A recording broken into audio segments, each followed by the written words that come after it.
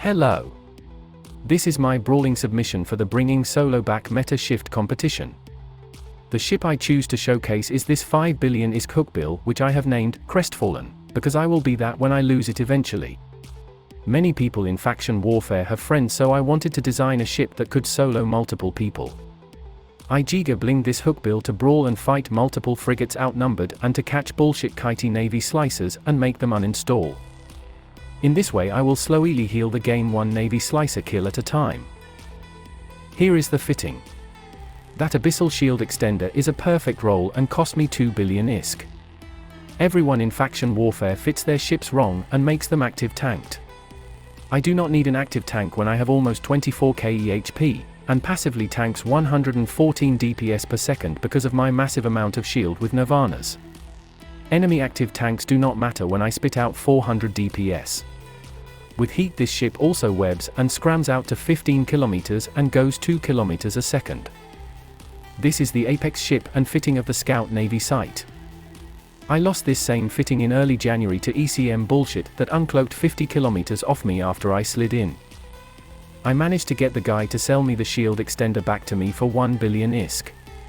A Tech 1 frigate worth 1 million ISK being able to jam me at 50 km is more bullshit than Vladimir Putin shit, thinking he will ever defeat Ukraine in a 1v1.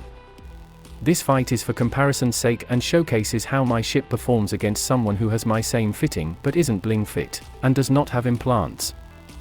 My favorite way to play is to just ram my enemies and make them sad, but in this ship I try not to fight pilots that are clearly solo and don't have friends in system.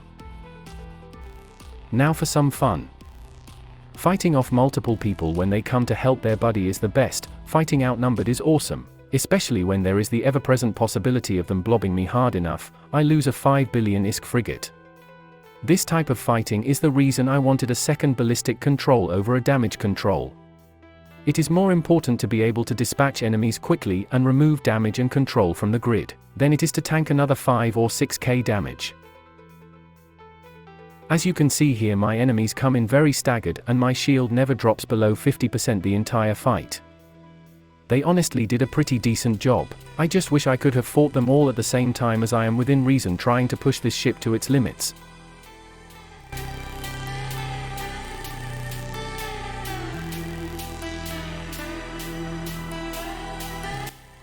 You can even fight Navy destroyers in this ship. They usually think they are about to get an easy dunk and then you pull out your reverse card and make them giga sad champ. This one wasn't fit particularly well, but you can hang out at the edge of newt range and maintain your web and scram if it has proper newts. You still hit out to 13 km with rockets no problem against ships like this, or against Thrasher navies you ram in and hold a tight 500m orbit and they cannot hit you even if they have a web. Sliding into the unknown of a plex in a ship that costs this much is where the real danger and excitement lies. If everyone here is max damage and buffer tank fit with just 2 or 3 webs, I almost certainly die, but most people insist on some amount of range projection. I will never understand this so long as I live. This isn't the Alliance tournament. We are in frigates, brawl me. Anyways, flying in this ship reminds me a lot of flying a Hyperion outside of an ESS in Null Secretary. After you clear off a ship or two, your tank stabilizes and it's just a matter of cleanup.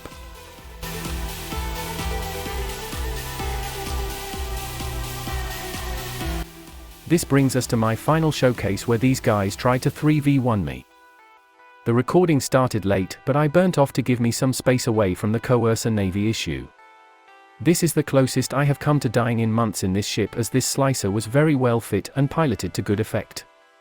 However, his limited capacitor means that he has to toggle his warp disruption and micro warp drive, because his guns take so much capacitor. He gave me an opening and I took it, scramming and webbing him at range. This was a very good and tough fight. But fuck you kiting anti-gaming bullshit. Thank you for watching. To date I have 68 kill marks on this ship and over 50 on the previous 5 bill Hookbill which died. Be sure to join the Bringing Solo Back Discord to learn more about being a Pogus Brawling Chad. Now go out there and award me a bestler, because I have a heavy assault missile fitting for it.